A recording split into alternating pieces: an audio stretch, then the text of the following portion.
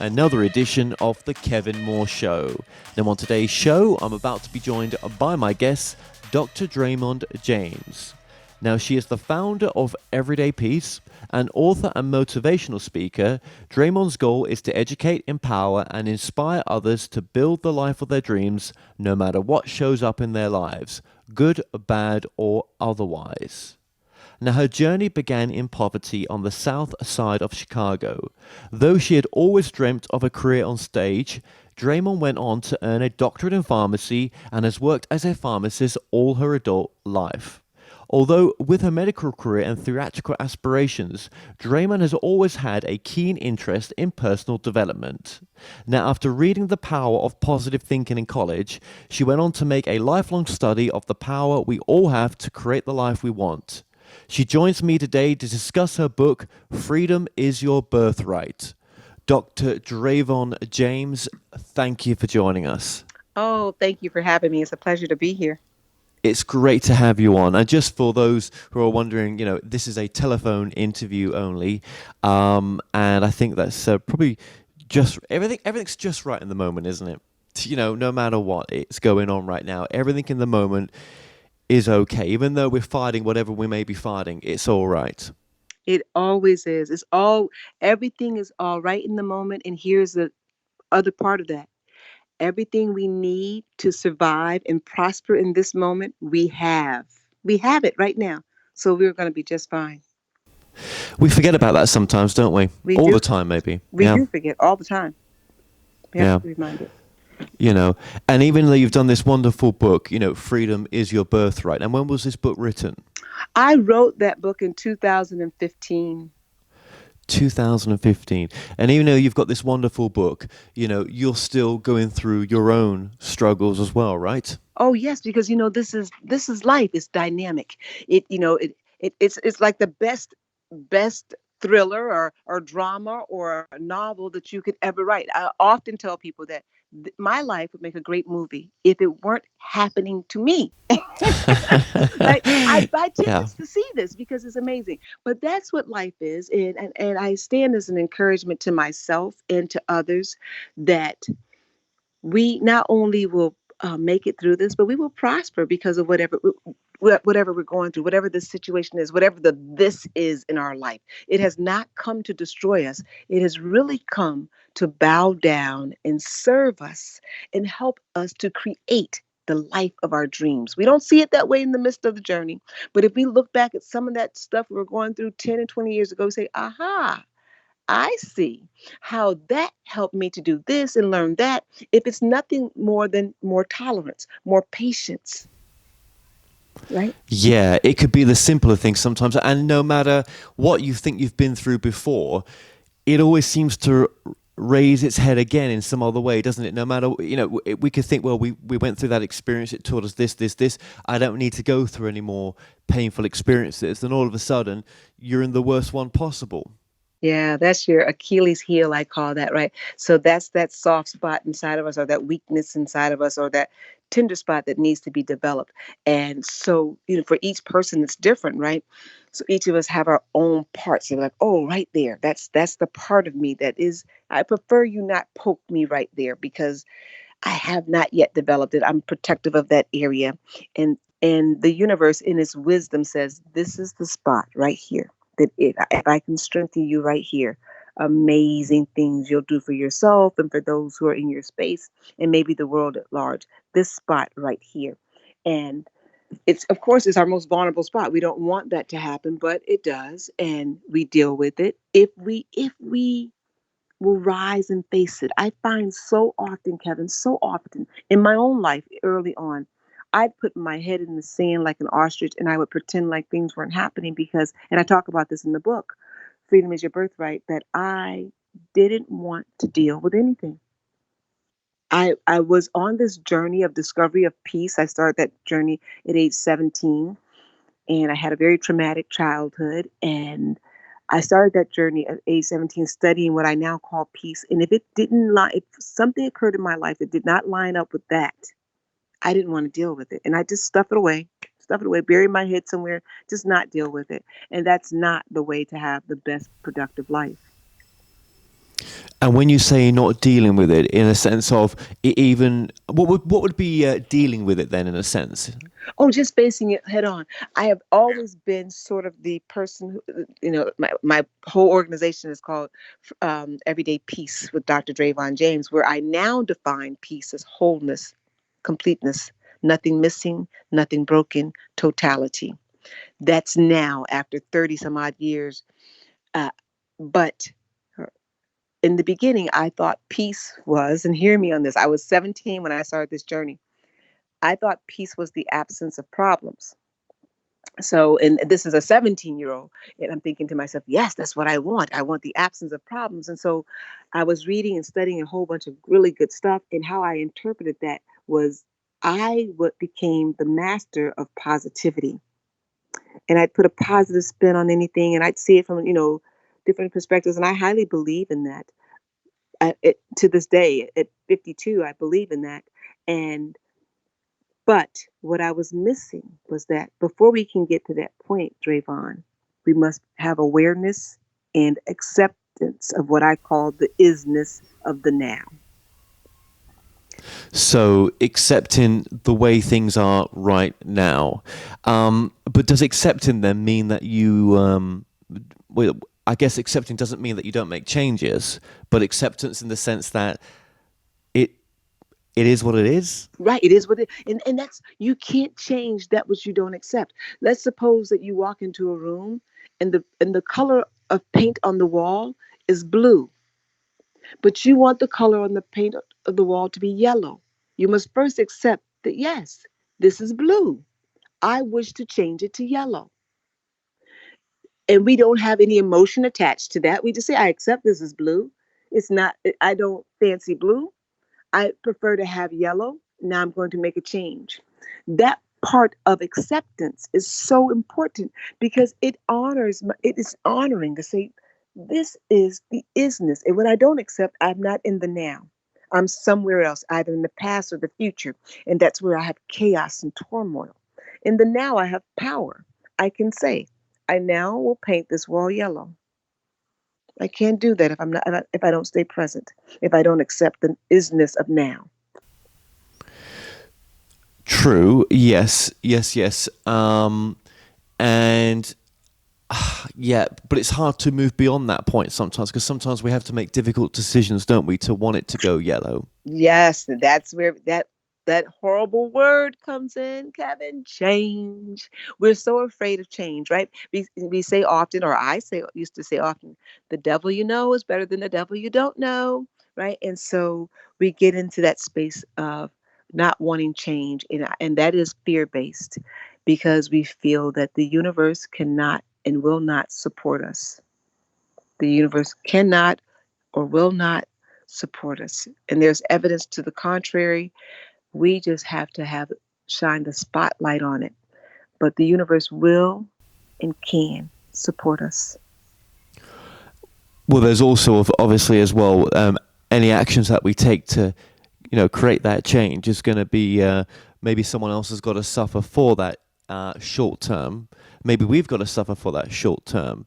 But I guess in the long term, if you know it's the right thing, and there's a lot of pain associated with staying blue, right? We're just being very, we're not, naming situations here, right? Right. But this situation could be it could be a job wise. Do you know what I mean? It could be This anything. situation, yeah. You're right.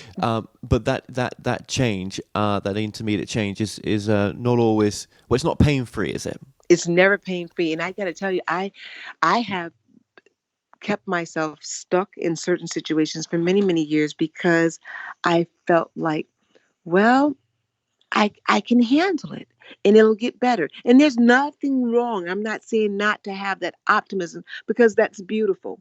But there's a space inside each of us that says we can feel it and we can feel and say, okay, let's just be honest.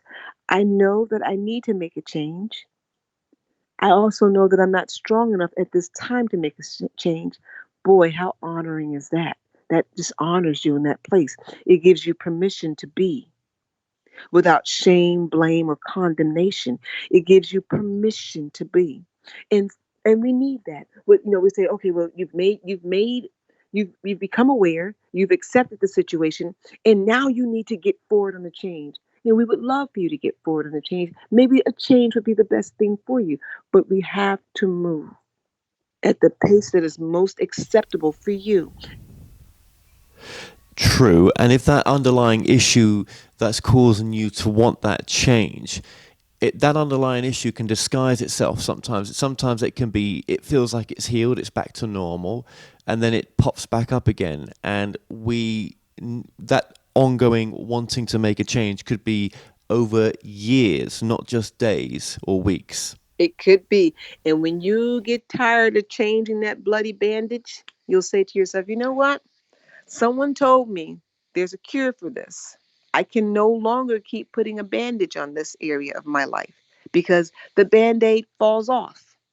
And I'm patching myself up here and I'm patching myself up there. And I'm still wounded. I'm still wounded. And that's different for everyone. There is no one way to do any of this. And let me just say this, that whatever way an individual chooses at that point in their time, in their life, is the right way. There's no wrong to this. You see, we are always, this is a flesh experience, Kevin. We're always looking for right and wrong, black and white, yes and no, instead of the isness of now. This is where I am now. This is my best in this moment. When I get to the next moment, I'm going to give you my best then. And you may even say as an onlooker, well, Draymond, that looks 10% less than what you were doing a moment ago. Yes, it may very well look like it's 10% less than what I was doing a moment ago, but it is in this moment the best that I have to give. We're human and we're going through this. We're not robots. Well, let me just ask you one quick question as well before we continue on with this interview. What is your website? My website is www.dravonjames.com. That's drdravonjames.com. Okay, so thank you for that. And we're going to be putting that on the screen as we do this interview. And again, your book is linked in the description of this video, and so is your website as well. So, in your book, actually, just before we get to your book as well, which is packed full of great stuff, what was the emphasis to want to write this book when you did? Oh, I'm so glad that you asked me that question, and I hope that your listeners will find some comfort either for their lives or someone that's dear to them when I tell you why I wrote that book. It was 2015, and I have a saying that every goal or desire that we have in our life can be categorized in what I call one of the big three: health, wealth, or relationship. So when you look at your life, you say, okay, I want this. You can either put it in the health category, the wealth category, or the relationship category. And occasionally the goal may fit into multiple of those categories. In 2015, I had trauma, big problems, big trouble in all three of my categories. I was at that time, I had been married 20 years, and I found out that my marriage was essentially a fraud as I had known it. And so, there's a phrase, we got trouble with a capital T. I had trouble with a capital T in my marriage. That was our 20th anniversary. I found that out 9 days after we celebrated our 20th anniversary. And then after that, I lost my job. I'm a practicing clinical pharmacist and have been now for 24 years. No, for 29 years, excuse me, 29 years. I've been married for 24, but 29 years. And I lost my job, first time ever in my career. And so that happened. And then I got diagnosed in that same year with an autoimmune disease. So you can imagine, I was spinning and grabbing on to things. I told you I started studying peace when I was 17 years old, going into the world on my own for the first time without my mom and my brother and my sister. And I was armed with this book by Norman Vincent Peale, The Power of Positive Thinking, that my brother, who's 13 months younger than me, had given to me. And I'm so grateful for that book. It's a tiny, tiny little book. And I believe that's why I wrote my book, to be a tiny, tiny little book, because I read The Power of Positive Thinking in one setting. And when I got to this point in my life where all of these things had gone wrong, and I sat at my new job, I got a new job right away. And I sat there, thankfully. It didn't seem right away, but I realized it was quicker than most. I sat there one day and I thought to myself, what's going on here? And what do I do with this? And I remembered something that I've already said on this phrase, on the show, that I've said since I was 17. Everything that has shown up in my life has come for one reason, and that is to bow down and serve me. And I thought that the highest thing that I could do for the planet is to serve somebody else. So I said, I'm going to write a book, a simple little book. It's a how-to book, very, very simple. And I'm going to put this stuff in there. And I hope that somebody will read this book and realize that before you can change anything about your life, you've got to realize that you are free, that you were born free, no matter what you look like, no matter what country you live in. And I'm not talking about free on the outside. I'm talking about free on the inside. Free on the inside. I am free to label this moment the best moment of my life, with tears in my eyes and fear in my soul. Or I'm, or I can say this is the worst moment of my life, and I can curl up in a little ball and not move. I'm free to do either of the two, and neither way is wrong. I remove all shame, blame, and condemnation from myself and anybody else's journey. But what I will say, one choice, one choice will move you into the light, and another choice will keep you cloaked in darkness. If you're ready to move into the light, you will embrace your freedom. If you're not ready, rest. It'll still be there when you get ready. Yeah, and that rest period can be. Well, there's no judgment on that rest period, is there? There's no judgment. There shouldn't be. There's no judgment. We're so easy to want to judge someone else and their situation, but I think we're all walking around with pain that no one else can see on the outside, aren't we? Oh, we are. And we're quick to want to push somebody else into recovery, aren't we? Because their pain makes us feel pain. And if you would just be a little bit happier, I could be a little bit happier. Happiness is an inside job. And I can love you and care about you and still embrace my happiness. I don't do you a service when I am not happy. But we feel like, oh, if you're not happy, if you don't hurry up and get happy, then I can't get happy. Not true. No, it's not true. It's not true, and that's very true what you're saying in a sense. But I suppose though some people listening to this may feel, well, if the situation's causing me to be unhappy as well, and yet I've got to try to be happy, but the whole situation is causing such unhappiness. Where is the balance? Do you know what I mean? How do you find that balance? Oh, I do know. I do know exactly what you mean. There are things, and like I told you, 2015, I had trouble with a capital T. And I would like to say that since 2015, since I wrote that book, since I've been all over the place speaking and talking, and I've had all these wonderful things, that I've never had another ounce of trouble. Not true. It's not true. In fact, today I started writing an article that or it was, maybe it'll turn into an article, maybe it'll turn into a book. Who knows? It says, "What do you do when the people you love don't love you back?" And this is part of the life experience for some people. We still have we're still when we allow how others behave or what others are feeling, we're looking outward for happiness. And that is so typical of us, and I can understand it, because why? Our eyes point outward, right? So it's intuitive. We look outward. We say, "Oh my gosh, I see the beauty of the sun. I see the ocean. I see the sky. These things make me happy." They do not. If this journey were to be made easier, and it wasn't such an interesting game with all these twists and turns, our eyes would point inward. And we would see that everything that we need to be happy comes from within. Well, that's true because you could be locked away for decades, couldn't you? And I've done it. I've met people in prison. One person in particular I'm thinking of right now, and he's been locked away for 37 years. Yet, I think well, he has to be happy to a point because otherwise he would have committed suicide by now. Do you know what I mean? Yes. Um, and he's had to live with his actions of what he did. But you're right. I mean, okay, let's move away and go to Nelson Mandela for example, when he was locked away, right? Um, look what he did. He found something within himself to keep him going.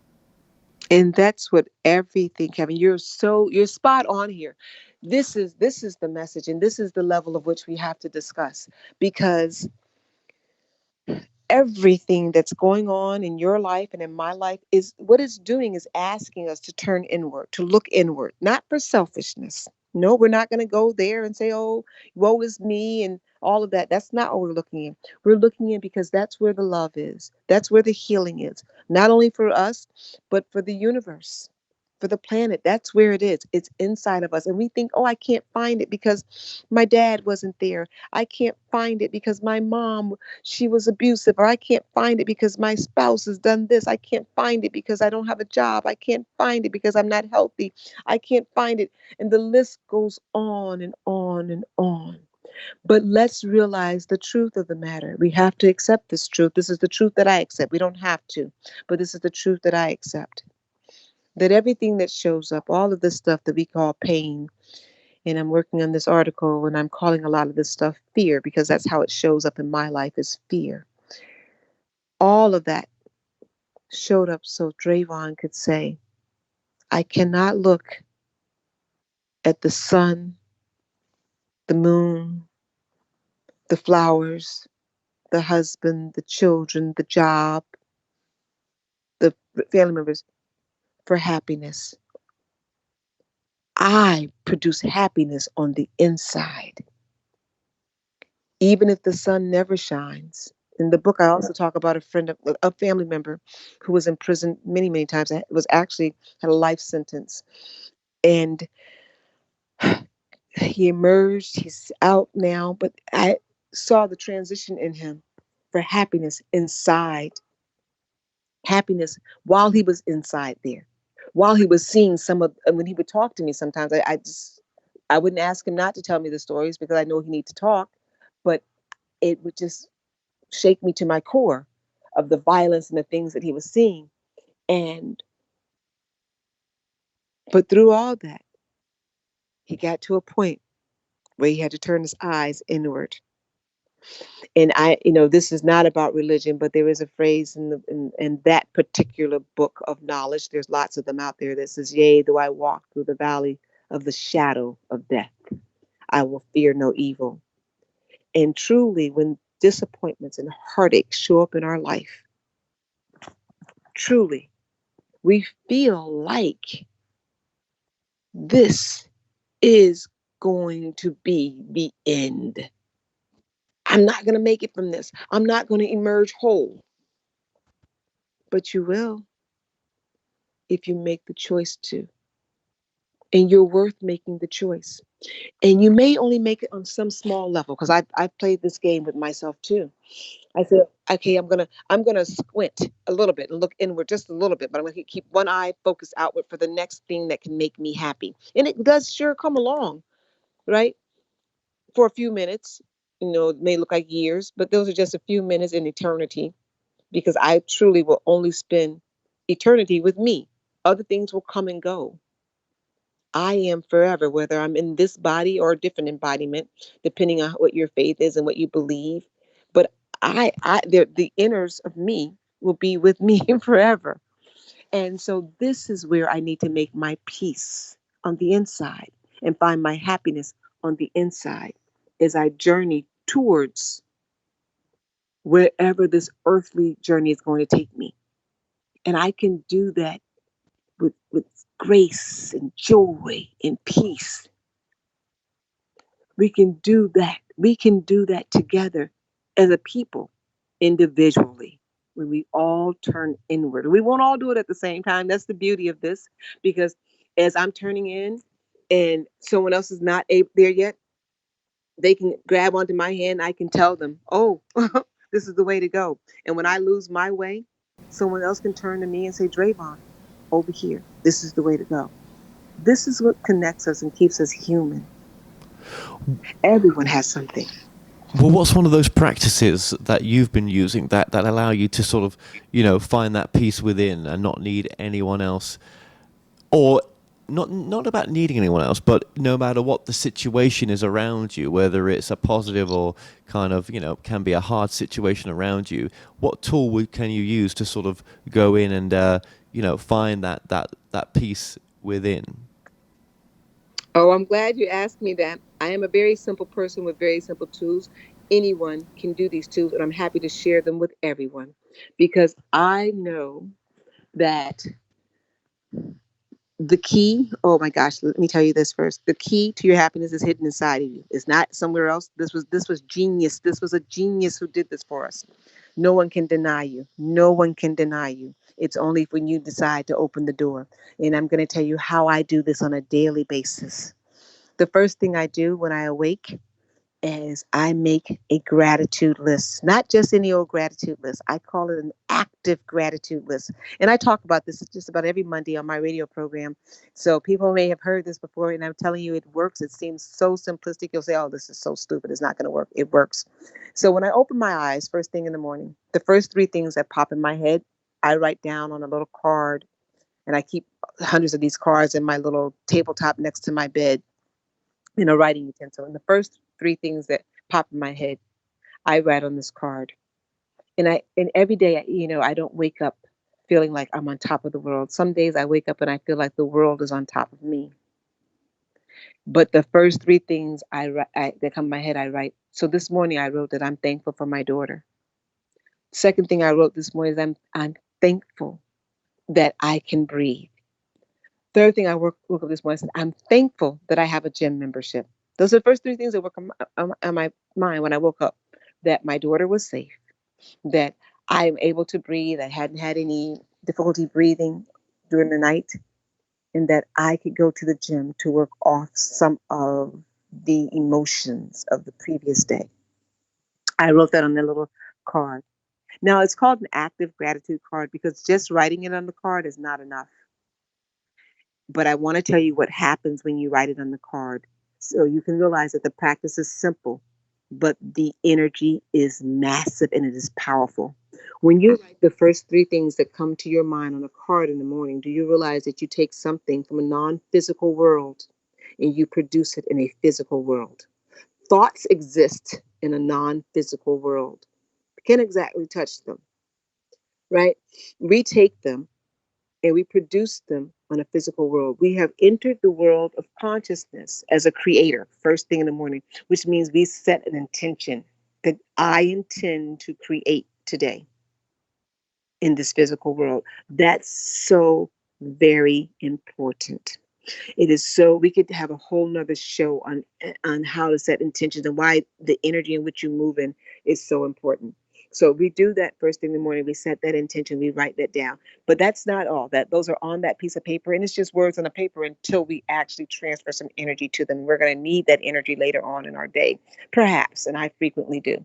So now we have to make those words active gratitude. So I start thinking about the first one, my daughter, and there may be some angst or pain or some. In my case, it's usually fear. You got to know yourself. How does your ego attack you? Right? What's going on with the ego? And that's another show. I love to talk about the ego and educate people about that. But what is the ego doing? My ego is gets into fear and it really can lay it on me. So I'm fearful about today. I'm fearful about tomorrow. I'm fearful about losing control because she's entered the world of young adulthood and all of this. But the active gratitude causes me to say this. I am so grateful that my daughter is a wonderful woman. She is productive. And I start saying this up. I start speaking the truth that my eyes may not see, but I know is available for her. I start speaking the truth, the truth. about each one of those things. My breathing. I'm so grateful today that I am breathing. If I, I say that it is because of the breath of life that is in me this morning that I'm able to write this graph. And I start saying these things as I'm preparing myself during the morning, as I'm, bathing and doing my makeup, doing my hair, making my breakfast. I get extremely excited. And I mean excited like there's a super big grin on my face for each one of those items. And then I tuck that item, today's Saturday, I tuck it in my gym bag and I head off to the gym. And when the occasion comes that something hits me that makes me feel fearful, I don't have to think about this anymore, Kevin. I do it automatically.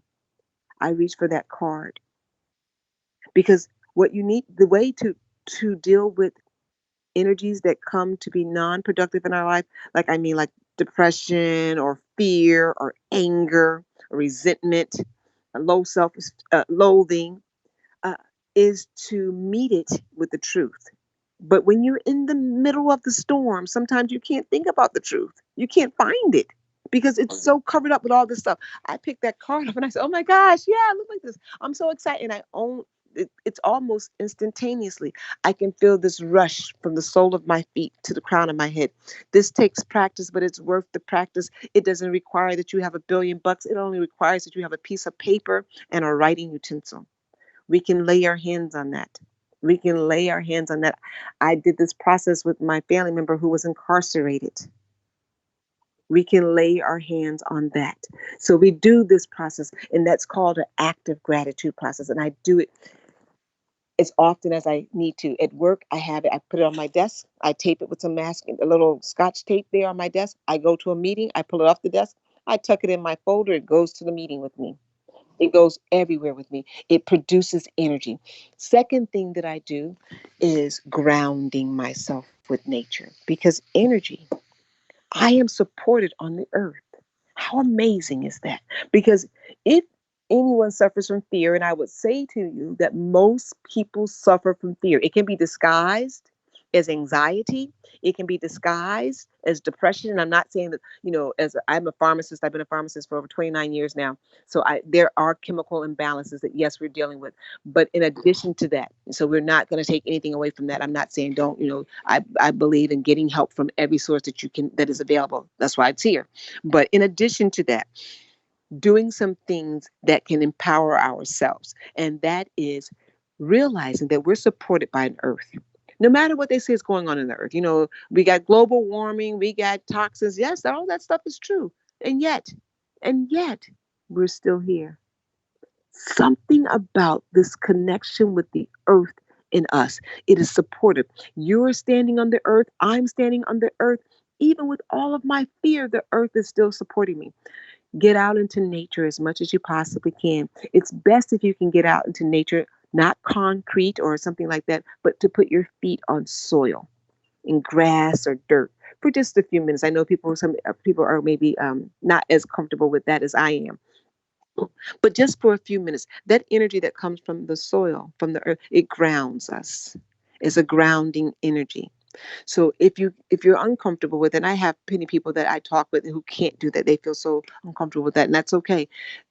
Being out and letting a breeze go across you and realizing that same breeze that's hitting your skin, that's brushing over your skin, is brushing over many other people's skin. And in addition to that skin suit that we wear, so we all just wearing a suit, we're inside of it. You said something earlier about we can't see your pain. We can't see what someone's going on. But here's something that unites us. Our heart beats at 70 beats per minute on average because we are connected. This is earth. This is energy. You're not alone. You're provided for. You're safe, even with your physical conditions. You're safe. You're provided for. This grounding helps to reinforce that. Next thing I do is breathing. I learned a breathing technique somewhere, and I can't tell you where because I don't remember, but I've never forgotten it. And I cannot remember the reasoning behind it, but I can tell you that it works.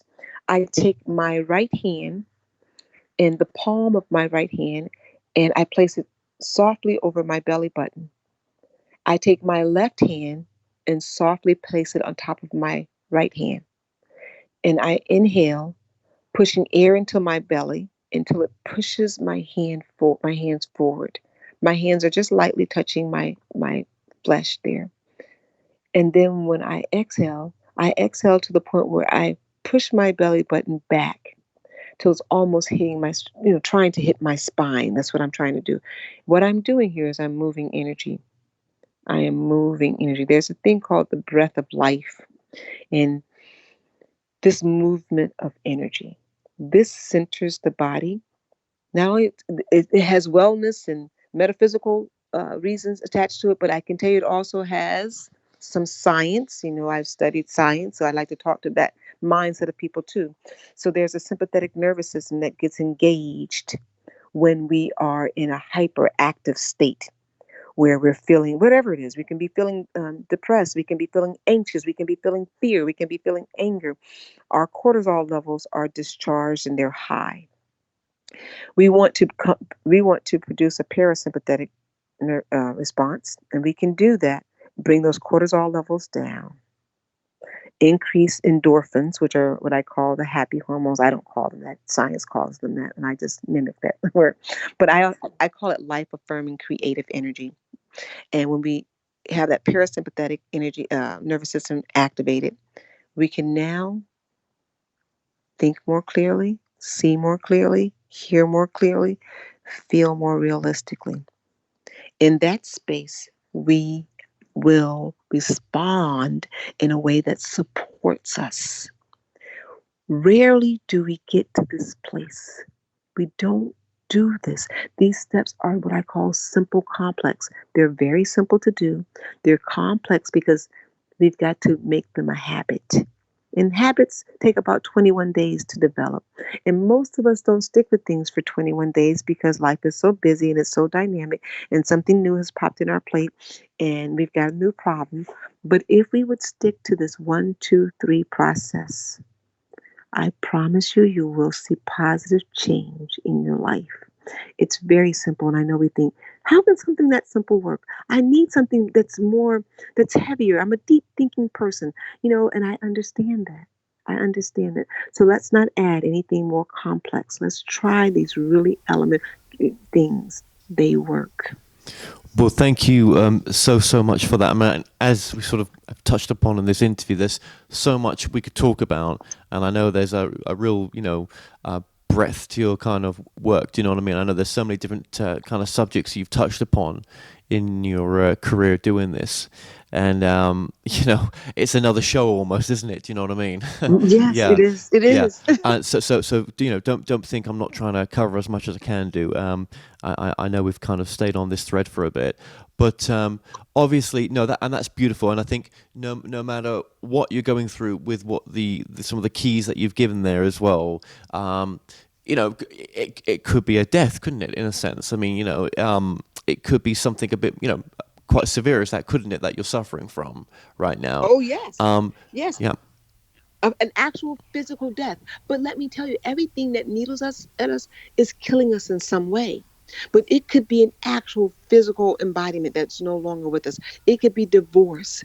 It could be separation. It could be the death of a child. Yeah.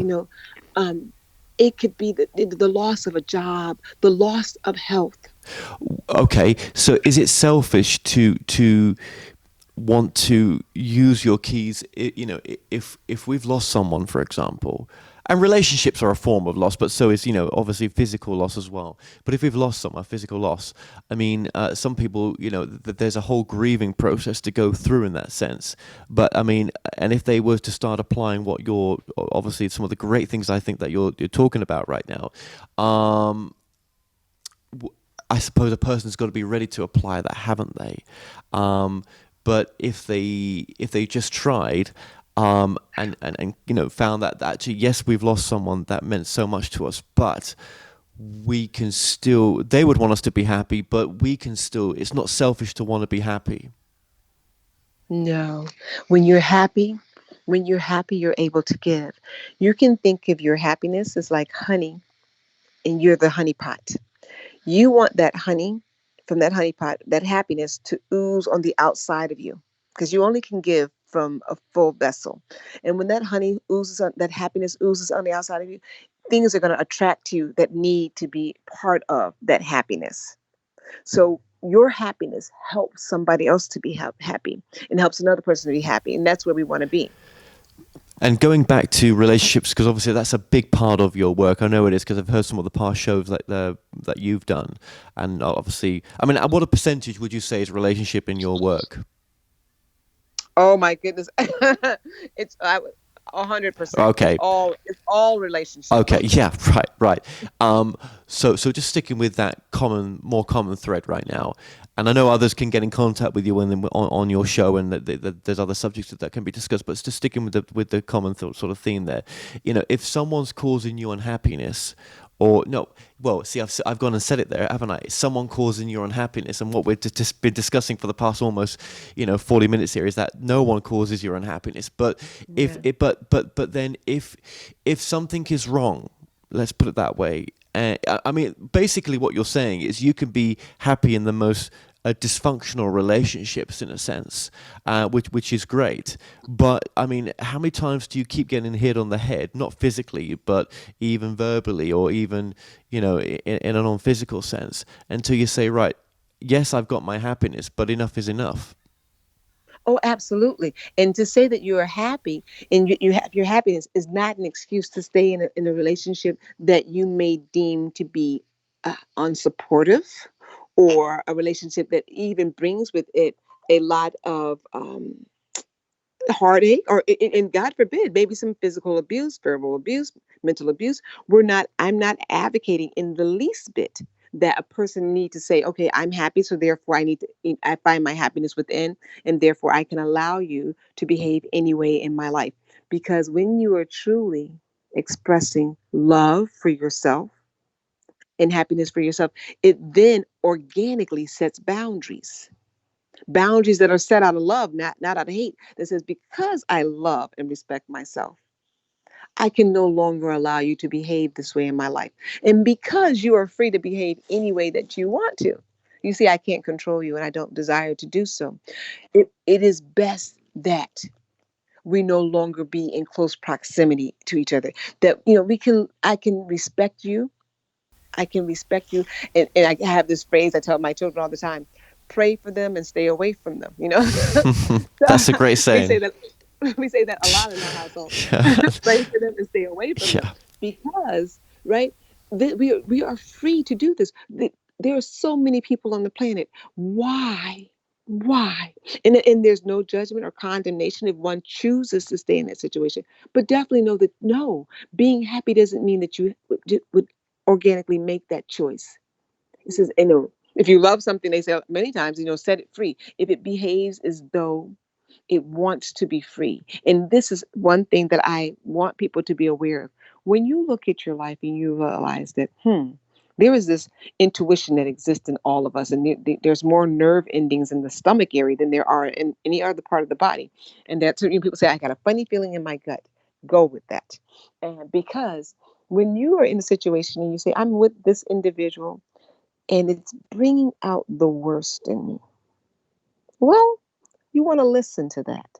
You want to listen to that. So there's so many different parts of me that could be activated when I'm in the presence of anyone or anything. And when I'm in this situation, my gut is telling me this is not the most profitable situation.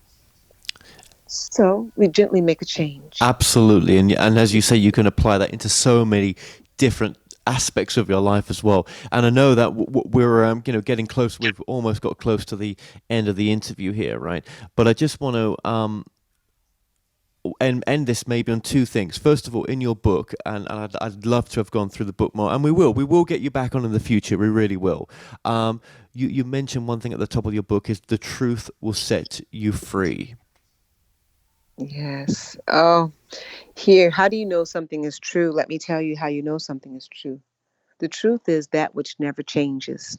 If you look in the mirror, you see that you no longer look the way you did when you were 15 or 21, in my case 31 or 30, 41, right? So this outer shell that we wear is not the truth. The weather is not the truth. The physical experience, we're all looking for that is not the truth. Nothing feels like the first time, right? That changes. The truth is that which never changes. And the truth is this: freedom is your birthright. You came to this life experience to create,